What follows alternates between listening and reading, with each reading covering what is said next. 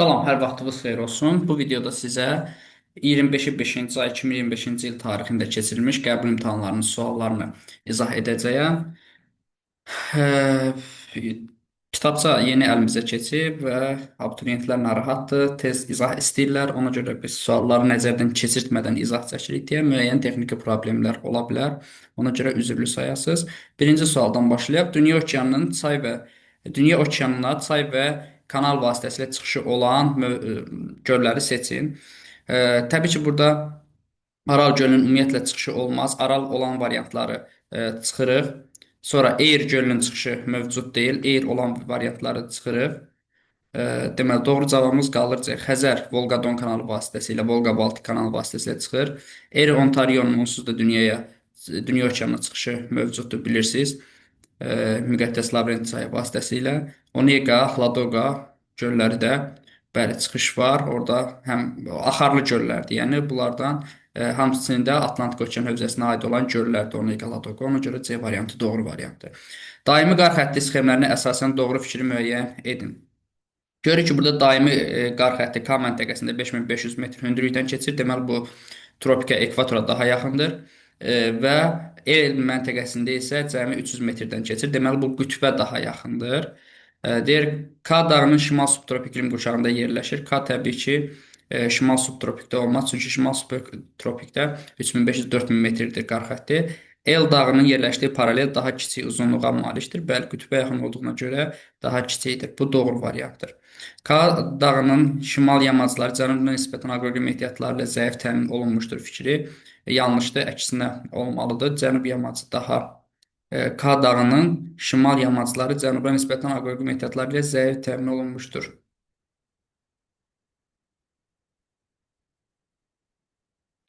K dağının şimal yamacları cənuba nisbətən aqroqlim ehtiyatları ilə zəif təmin olunmuşdur.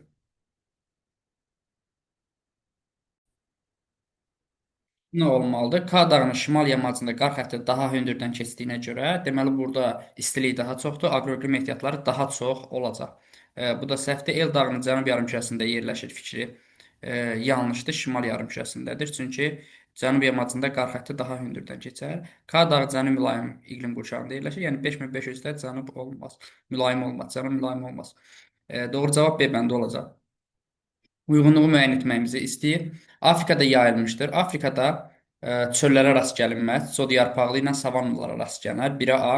Parana çayı hövzəsində savannalara, çöllərə rast gəlinər. Zodyarpaqlı meşələrə rast gəlinməz. Tropik hava kütlələrinin təsirinə məruz qalar. Hər biri qala bilər, çünki subtropikdə hər üçünə rast gəlinir və subtropikdə də tropik hava kütlələrinin təsirinə məruz qalma var. Avropa qitəsində yayılanlar savanna yoxdur, zodyarpaqlı meşə və çöllərə rast gəlinər. Cənub-Şərqi Asiyada rast gəlinməyənlər yenə də çöllər və zodyarpaqlılardır. Kənd təsərrüfatı inkişafı üçün əlverişli aqroqlim ehtiyatlar var. Hər birində aqroqlim ehtiyatları zəngindir. Doğru cavabımız 1-ə A, 2-yə B, 3-ə D, Y, 4-ə C, F. Yəni Y bəndi doğru bənddir. Növbəti sualımıza baxaq. Uyğunluğu müəyyən etməyimizi istəyir. Baxaq. Sənaye tullantıları Volqa çayını çirkləndirir. Volqa boyu Tataristana aiddir. Ərazisində yenidən fəallaşmış dağlar var. Bu Sibir regionunun türklərinə, yəni Xakasiyaya aiddir. Altay səhəndi yaşayan dağları yenidən törənmiş dağlardır. Burada da Xakasiyada Altay Sayan tərəfə düşür deyə o dağlardan biri yerləşir. Şimali Qafqaz regionunda yerləşən Kabarda-Balkardır. Dağ turizmi inkişafı üçün əlverişli şəraitə malikdir. Bu da Qafqaz dağlarının yerləşdiyi. Deməli 1-ə A, 2-yə B, 3-ə C-dir. 1-ə A, 2-yə. Necə oldu cavabımız? 1-ə deməli bir suala yenidən bu. Hə, Y də var burada. Seysmik cəhddən sabit ərazidə yerləşir. Seysmik bu Volqaya aid olacaq. Yəni Tatarstana aid olacaq. 1-ə A, Y oldu. Çünki yeni biz görmədik, ona görə uyğunluq çıxarda bilmədik.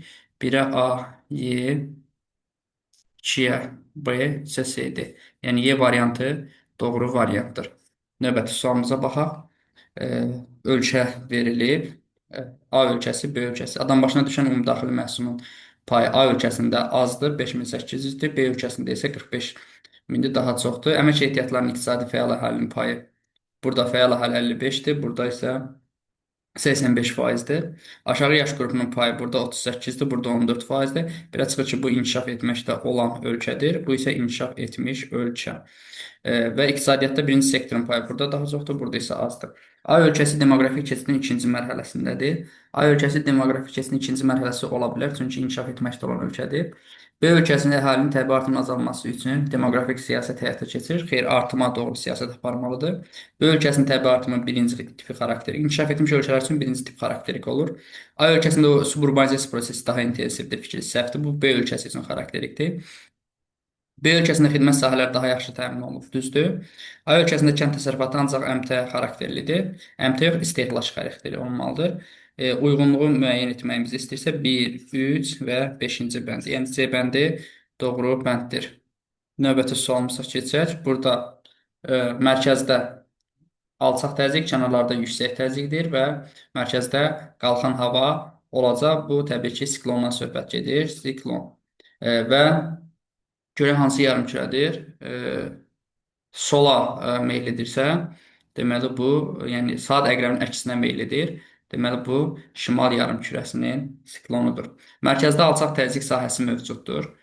Doğrudur. Bu mərkəzdə alçaq təzyiq. Cənub yarımkürəsi üçün xarakteri xeyr şimaldır. Mərkəzdə yüksək təzyiq sahəsi mövcuddur. Fikri səhvdir. Aydın buludsuz hava şəraiti formalaşdırır.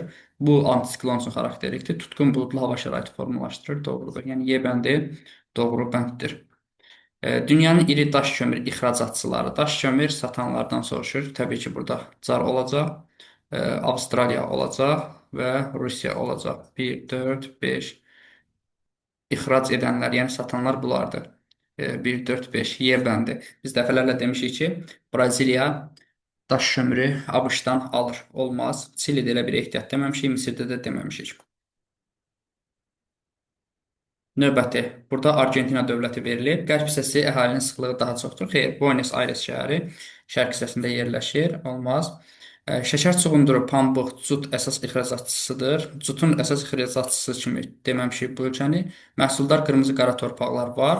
Bəli, burada pampaların altında məhsuldar qırmızı qara torpaqlar yayılıb. Subtropik iqlim qurşağında bərabər rütubətli tipi yayılıb. Bəli, burada. Demoqrafik keçidin birinci mərhələsindədir, deyir, səhvdir. Bu qəbilələrə aiddir. Demoqrafik keçidin birinci mərhələsi ekvatorial meşələrdə yaşayan qəbilələrə. Sahələrin qidalanmasına yağışlar üstünlük. Subekvatorialda olduğuna görə bəli, bu doğrudur. 3, 4, 6 doğru bənddir. Suallar rahatdır. Əvvəlkilərə nisbətən 3, 4, 6. A bəndi. Növbəti sualımızda xəritə sxemi əsasən A məntəqəsində başlayan istiqamətlərə uyğun gələn coğrafi obyektləri seçin. Deyir ki, birdən mil düzü, hərəmi düzü. Bir istiqamətində gəlsək, bəli, doğrudur. Üç istiqamətdə getsək, vulkanik yaylanı görməliyik. Vulkanik yayla buradadır. 2 Şirvan düzü yan silsilə. 2 istiqamətdə getsək, bəli, Şirvan düzü yan silsiləni görərik. Bir istiqamətdə getsək, deyir, Gəncə Qazax düzünü görməliyik. 2 istiqamətdə getsək, Qusar Mali düzənliyi və Mazımçay. Təbii ki, Mazımçay bu ərazidədir deyə biz Mazımçayı görməliyik. 3 istiqamətdə getsək, Kürək çayı və Şahdağ silsiləsini görmüş olarıq. Bəli. A, C, F doğru variantdır. Yəni B bəndi. Növbəti sualımıza keçək. 2005-ci ildə ölkədə ümumi əhalinin sayı 8 milyon 300 min nəfər, kənd əhalisi isə 3 milyon 984 min nəfər olmuşdur. Həmin ildə ölkədə urbanizasiya səviyyəsini hesablayın. Bu da rahatdır. Kənd əhalisi verilib. Ümumi əhalidən kənd əhalisini çıxırıq və qalır şəhər əhalisi. Onu da faiz olaraq hesablayanda urbanizasiya səviyyəsi eləyir. Birinci şəhər əhalisini tapmaqdan ötürü 8 milyon 300 min nəfərdən çıxarıq 3 milyon 984 min nəfəri burada qalar çıxanda 4 milyon 316 min nəfər. Bu zaman ümumi əhalini 8 milyon 300 min nəfəri 100% götürərik. Bunu isə x% deyib tənasübümüzü sadəcə hesablayacaq.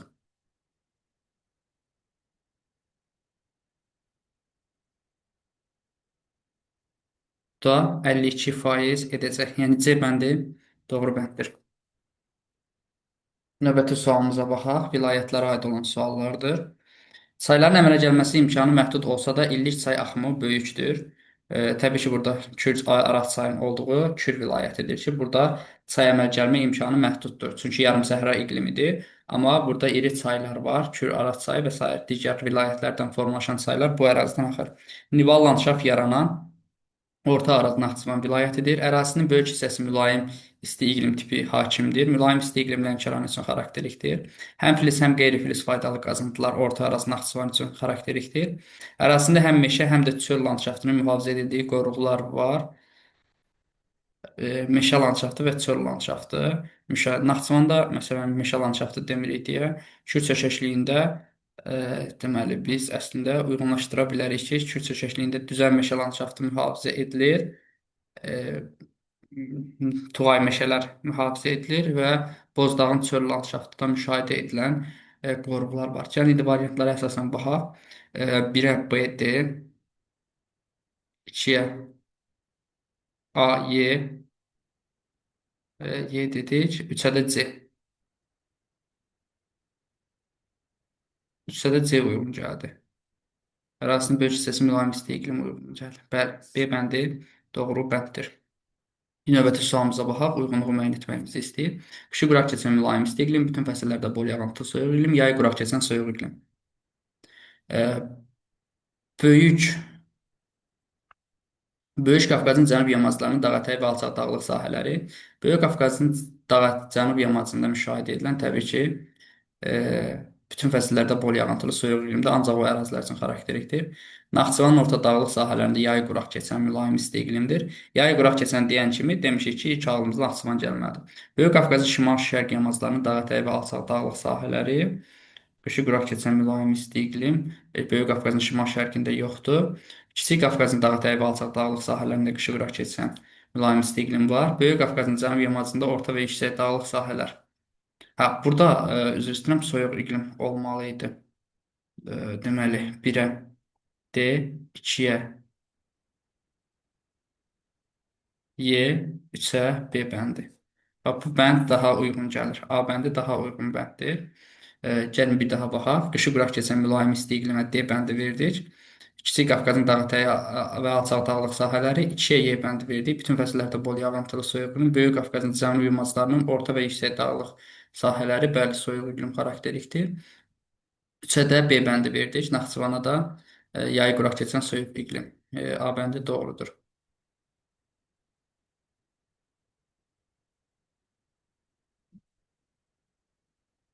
Böyük Qafqazın dağətəyi və alçaq dağlıq hissələrində bütün fəsillərdə e, yağıntılar bərabər paylanan mülayim isti iqlim xarakterikdir. Gəncə, Qarabağ, Şamaxı fiziki coğrafi rayonlarında qışın sonu, yazın əvvəli taxıl əkinlərinin yayılmasının əsas səbəbi təbii ki, buna yazlıq taxılçılıq deyir. Yazlıq taxılçılığı ona görə əkilir ki, qış burada soyuq və şaxtalı keçir. Ona görə qışda, yəni payızda əkmirlər ki, qışda onu don vurmasın və yazda əkirlər. Doğru cavab D bəndi. Ölkə əhalisinin sayı 12 milyon nəfərdir. Bir ildən sonra əhalinin sayı 12,1 milyon nəfər olub, yəni 100 min nəfər artıb. Artımın 40 min nəfər mexaniki artım hesabına olmuşdur. Orta illik təbii artımın hər bir nəfərə nə qədər olduğunu müəyyən edin. 1000 nəfər belə ümumi 100 min nəfər artıb. Bunun 40 mini mexaniki artımdırsa, 60 mini təbii artımdır. Və orta illik artımın hər 1000 nəfərə görə nə qədər olduğunu hesablayın. Biz 12 milyon nəfərə 60 min deyiriksə, hər 1000 nəfərə x nəfər deyirik. Sadəcə olaraq bu tənasibi həll edirik. 12 milyonu 60 mini vurarıq 1000-ə, bölərik 12. Bu da 5 nəfər düşəcək. Yəni A bəndi doğru bənddir. Növbəti. Çayın mənbəyində havanın temperaturu 1,8, mənsəbində isə 24,3 dərəcədir. Biz çayın düşməsini belə tapa bilərik ki, mənbə ilə mənsəb arasındakı temperatur fərqini taparıq. 24,3 çıxılsın 1,8, 22,5-dir. Temperatur hər 1000 metrdə. 1000 metrdə temperatur 6 dərəcə dəyişirsə, x metrdə də 22,5 dərəcə dəyişər. Bunu vurarıq 1000-ə, bölərik 6-ya. Bu deməli çayın x-də bərabərdir hündürlüyü 3750 metr. Çayın uzunluğu 250 kilometr olub. Dərəsi əsasən bərk süxurlardan ibarətdir. Bu çaya olan xüsusiyyətləri seçin. Gəlin birinci çayın meylini tapaq. Meylini tapanda da çayın düşməsini bölürük uzunluğuna. Yəni 3750-ni bölürük 250-yə. Bu da 15 edir. Çay dərəsi meandrlar geniş yayılıb. Təbii ki, bərk süxurlardırsa bu meandr olmaz. Bu əsasən dağlıq çaya aiddir, çünki düşməsi böyükdür. Meyilliyi də 15-dir. Hidroenerji imkanlarına malikdir deyə bilərik. Nəqliyyat imkanları genişdir, yox. Mənbəyi böyük su ayrıcı silsiləsində yerləşir. Yerləşə bilər, yəni böyük su ayrıcı. Böyük su ayrıcıda yerləşə bilməz təbii ki. Çünki böyük su ayrıcıda ən hündür Avstraliyadadır böyük su ayrıcı dağlar. 2228 metrdir. Dağıcı fəaliyyət üstündür, dağ çayıdır və şəkilli dərələr yaradır, düzdür. 2, 5, 6. C bəndi doğru bənddir. Doğru sıralar seçməyimizi istəyir.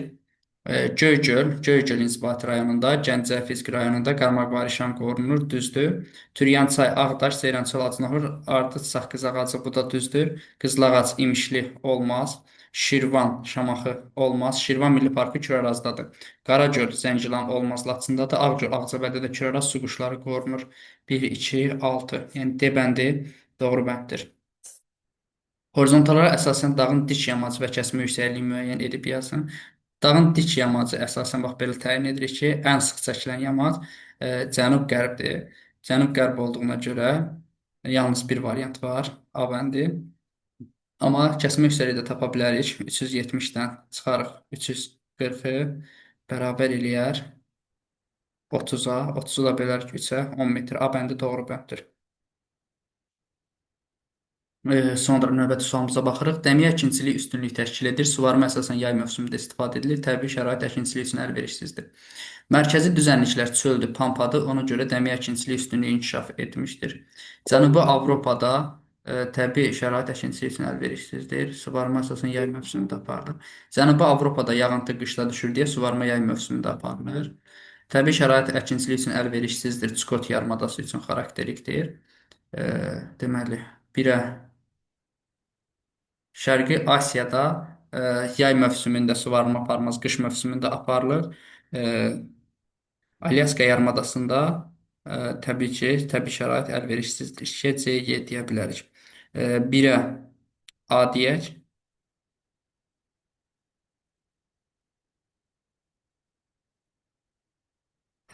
1-ə A deyək, yoxsa A, B deyək. 1-ə A desək, 2-yə B desək, 3-ə C, Y. Hətta B variantı doğru variantdır. Exolotdan göndərilmiş səs siqnalının birinci sökəkliyin dərinliyə gedib qayıtma müddəti 3,6 saniyə, ikinci sökəkliyin dərinliyi isə 5,2 saniyə olmuşdur. Sökəkliyin dərinliyi arasındakı fərqi hesablayın. Təbii ki, bunu ya ayrı-ayrılıqda hesablayarıq ki, 3,6 saniyə gedib qayıdıbsa, 3,6-nı vurarsınız 1500-ə, bölərsiniz 2-yə, çünki gedib qayıtma müddəti deyirsə, siz onu 2-yə bölərək sökəkliyin dərinliyi 2700 metr olduğunu qeyd edərsiniz. Sonra 5,2-ni vurarsınız 1500-ə, yenə də onu bölərsiniz 2-yə 3900. Bunlar arasındakı fərqi tapa bilərsiniz. Yəni 3900-dən çıxarsınız 2700-ü. Bu da 1200 metr fərq edər. Belə.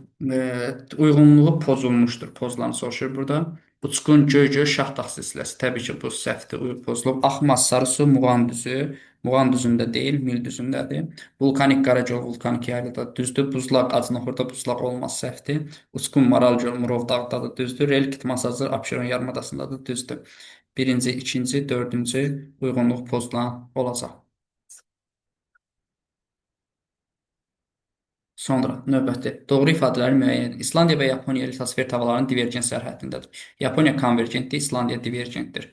Bu yanlış. Filippin sahilləri yalnız bir okean suları ilə yuyulur. Təbii ki, bir okean sularıdır. O da Sakit okean. Kalaharidə qum düyünləri geniş düzdür. Alp dağları Greenwich meridianı kəsir deyir, səhvdir. Atlas dağları Akvimalaya geosinklinala daxildir, düzdür. Makdonald Hammerstein dağları qırışıq faylı dağlardır. Xeyr, bunlar Baykaldan əvvəl yaranmış dağlardır. Doğru ifadələr soruşturma görə ikinci, üçüncü və beşinci olacaq. Növbəti sualımıza baxaq. Günəş şüalarının günorta vaxtı minimum düşmə bucağı düzgün verildiyi sıranı müəyyən edin. Təbii ki, 60-da 60 minimum ola bilməz. Bu yanlışdır. 26 cənub enliyində 40,5 ilə düşər. Minimum düşmə bucağını hesablayanda. Düsturumuz da var əslində burada. Belə hesablayırdıq ki, 90 çıxılsın coğrafi enlik plus 23,5 düsturu ilə minimum düşmə bucağını hesablaya bilərik. 26-nı hesablaya bilərik. 26 plus 23,5 çıxaq 90. Bu ikinci doğrudur. Sonra 34-ü hesablaya bilərik. 34-də minimum düşmə bucağı 80 olmaz. Çünki bu maksimuma daha yaxındır. Minimuma yox. Çıxın getsin. 45 şimal enliyində 48,5 ola bilər. E, 45 plus yox, 45-də 48,5 ola bilməz. Təbii ki, əgər 40-cı paraleldə, yəni Bakıda 26,5-dirsə, 45-də 21,5 olmalı, daha kiçik olmalıdır. 38 cənub enliyində 28,5 bu ola bilər, doğrudur. 31 şimalliyində 35,5 bu ola bilməyəcək. Çünki 31-in üzərinə 35,5 gəlsək və 90-dan çıxsaq tamam fərqli ədəd alınır.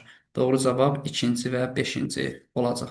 86-cı sualda 2 və 5-i doğru götürəcəksiniz. Uyğunluğu müəyyən edin. Skotland, Krım, Skandinaviya, Alp dağına gəlməsində yaranan təbii ki, Krım dağlarıdır. Skotland Kimmeridə yaranıb, Skandinaviya isə Kalidon Hertsin qırşıqlığında yaranmış dağlardır. Əslində dərslikdə bunların hər ikisi Kalidon Hertsin ikisi bir yerdə verilir. Amma bəzən isə Kalidon dağları ayrı göstərilir.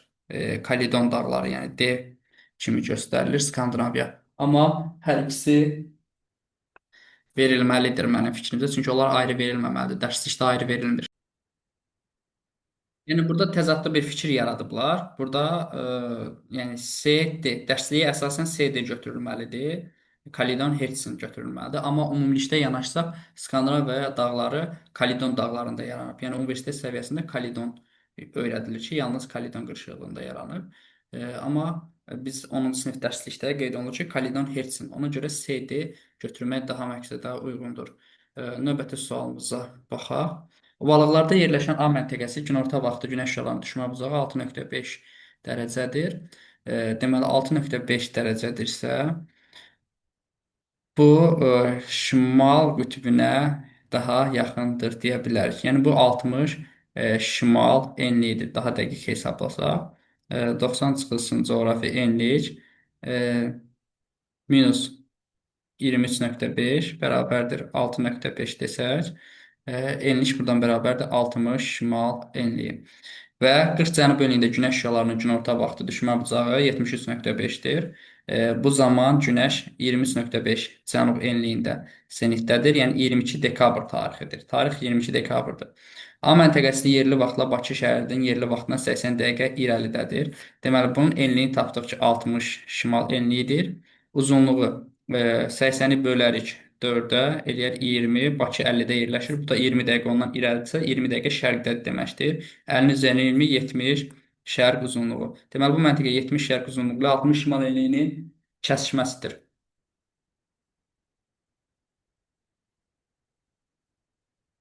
Bu da Qərbi Sibir ovalığına düşür. Məntəqənin aid olduğu ölkədə həm platforma, həm də geosinklinal var. Yəni Rusiya ölkəsindən söhbət gedir burada. Rusiya bolsulu, şirinsulu göllərlə zəngindir. Onun inzibati ərazi quruluşu Avstriya eynidir, yəni federativdir.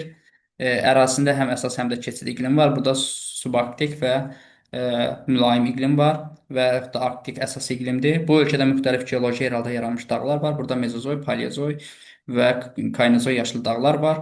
Ölkədə onun əsas ərazisinin böyük hissəsinə aid olan qitənin ən ucqar nöqtəsi və şimal-şərq ucqar nöqtələri yerləşir. Çeliskun və Dejinov burunları bura aiddir. Yəni Asiya qitəsindən söhbət gedir. Mətnin əsasən A məntəqəsi və onun yerləşdiyi ölkəyə aid olan xüsusiyyətləri müəyyən edib cədvələ yazın. Cədvəldə nə verilibsə ona uyğun yazmalıyıq. Yəni bilin ki, bura Rusiyadır və Qərbi Sibir ovalığından söhbət gedir. A məntəqəsinin yerləşdiyi ölkənin onun ərazisində yerləşən yarımadaları, Rusiya ərazisində yerləşən Kamçatka yarımadası, Çukot yarımadası, Taymır yarımadası, Yamal-Qıdan və sair yaza bilərsiniz. və Mezozoy yaşlı dağları müəyyən edib yazın. Verfayanski, Çerski, Sxote, Alin dağlarını yazacaqsınız. A məntəqəsini və onun yerləşdiyi ölkəyə aid olan xüsusiyyətləri cədvələ yazın və cədvəldə nə sual verilibsə, onu yazmalıydıq. Belə, izahımız bura qədərdir. Suallar nisbətən rahat idi əvvəlki illərə nisbətən. İnşallah ki, istədiyiniz nəticəni göstərərsiniz. Bizim də izahımız da əgər xırda qüsurlar oldusa, üzrlü sayarsınız. Sağ olun.